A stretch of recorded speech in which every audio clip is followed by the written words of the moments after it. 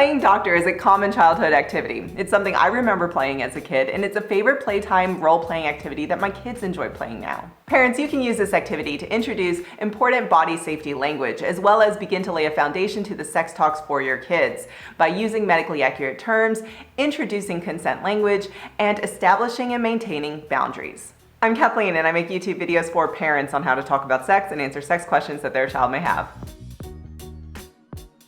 When your child gets their first doctor set, take the doctor set and ask them, would you like to play doctor with me? Give them the opportunity to say yes or no. If they say no, say, that's okay, I respect your no. Then go and ask your partner or an older sibling if they would like to play doctor with you. That way you can still use medically accurate terms and consent language so that they can hear. Now let's say they say yes to playing. You're going to want to model being the doctor first. You're going to take a tool out of the doctor's bag and explain what that tool is used for, and then ask them if you can use it to check that body part. So for example, you're going to say, this is a stethoscope. It is used to check your heartbeat and ensure that your heart is healthy. May I use the stethoscope to listen to your heart? Another example would be, this is an otoscope. It's used to look inside your ear and examine your inner ear. May I use the otoscope to check your ear to make sure it's healthy? By going through each doctor's tool, you're using medically accurate terms for the body parts, and you're explaining exactly what each tool does so that your child can assess and understand what will occur. Then you're modeling consent language by asking, may I use this tool to check this body part? By doing this repetitively, your child gets to learn about their body and they get to decide when someone touches or checks their body parts. It's simple and age-appropriate learning through play. After going through each doctor's tool and checking the corresponding body parts, you can say something to the effect of, there are no tools in here that are used to check the genitals. Therefore, when you play doctor with someone, you do not touch or check their genitals, the penis, the vulva, or the anus. And your friends don't check yours. It is a simple sentence that is clear and explicit. It is setting a boundary for what is acceptable when playing doctor. When I would do this with my preschooler, I would go through this role playing multiple times over a period of time, taking turns being the patient and the doctor with my child. Now, the timeline here may be different for every parent and child, but for me, it was usually within a few days of playing doctor for the first time that I would introduce saying no to the ask and then modeling how to respect bodily boundary. For example, when it's my turn to be the patient and my child asks me, may I check your ear? I will say no.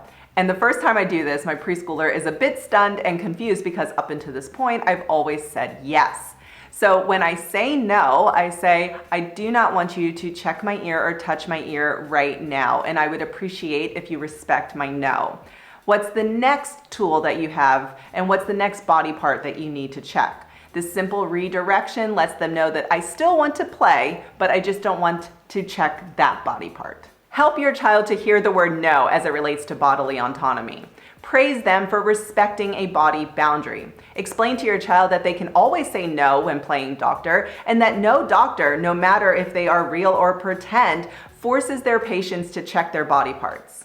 Another way that you can introduce and model consent language while playing doctor is by not clearly saying yes or no. Now, in order to do this, it may be easier the first time to play doctor with another adult while your child watches and is the doctor's assistant. You can say as the doctor to the patient, may I check your heart using this stethoscope? Now, here the patient needs to be unclear and say something like, maybe, I don't know. As the doctor, you can say, I didn't hear you say yes. It sounds like you're a little unsure about this. Therefore, I am not going to check your heart. This is modeling consent language and showing your child that just because a person did not explicitly say no doesn't mean that they meant yes. Clarification is needed. It's amazing what your kids will learn from playing doctor with you. My preschooler still enjoys playing doctor and will even remind me when I'm the patient, you do not need to say yes to everything, it's your body. By being clear in your language and teaching your child through role play that they have body autonomy, you are setting a foundation for play as they get older. I notice now with my child who's in the primary age that she sometimes plays with her friends and she'll be pulling her friend by the arm to play something.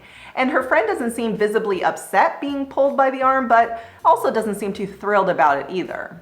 I'll jump in here if I notice and say something like, You cannot force your friend to play something. If you have asked them and they have said no or anything other than yes, then you need to respect their no. And you definitely need to respect their body by not pulling them. By having done most of the explanations around body autonomy and consent language during the play of the preschool years, my parenting role now is around reminding and reinforcing this during the primary years. When my kids play with each other, I can hear this language incorporated into their play together. This gives me confidence that they can and will use this language at school or when they're playing with friends when I'm not around. Parents, go on out, get your kids a doctor set and start playing doctor. Start modeling consent language using medically accurate terms and establishing boundaries.